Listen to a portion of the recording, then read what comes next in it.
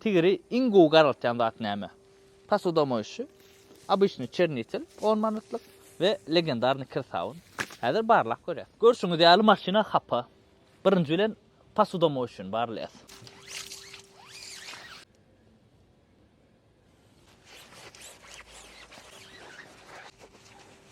Inni legendarny kirsawun ata babalamyzyň ulanany. Siz näme tigir garaltýaňyz? Ýazyň. Bu tigiri 10 manatlyk çernitelden garaltýar. Çerniteliň ýöne bir minusy tozon siňdirýär. Gatere tozon siňdirýär. Çernitel salmakak ýuwýa şey diýipçik.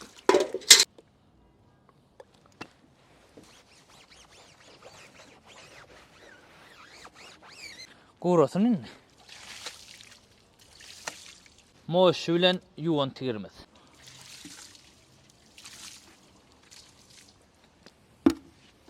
Kirsawun bilen ýuwan tigirmez. Bu da çernitelden garaldan tigirmez. Inni siz aýdyň, haýsy sredstva gowy tigir garaltmak üçin?